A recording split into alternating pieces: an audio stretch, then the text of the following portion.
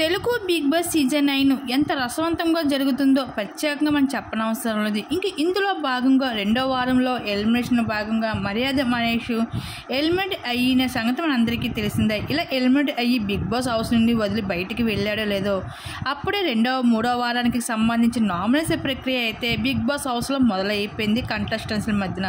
అయితే big boss ఈసారి సరికొత్త నామినేషన్ పెట్టాడని చెప్పాలి. ఇది ఎవరు ఊహించలేని విధంగా అయితే పెట్టడం జరిగింది.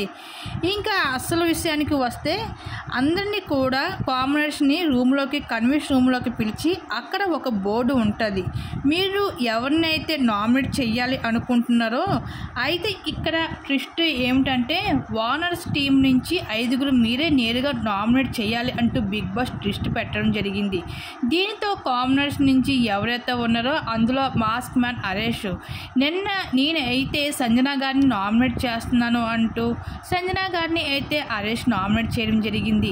అలాగే ఇక్కడ శ్రీజ అయితే రీతుని నామినేట్ చేయడం జరిగింది. ఇంకా సుమన్ శెట్టి సంజన గారిని నామినేట్ చేయడం జరిగింది. మొత్తానికి బిగ్ బాస్ హౌస్లో అయితే ఈ వారం అయితే 7 మంది కంటెస్టెంట్స్ నామినేషన్లోకి అయితే ఉండడం అయితే జరుగుతుంది.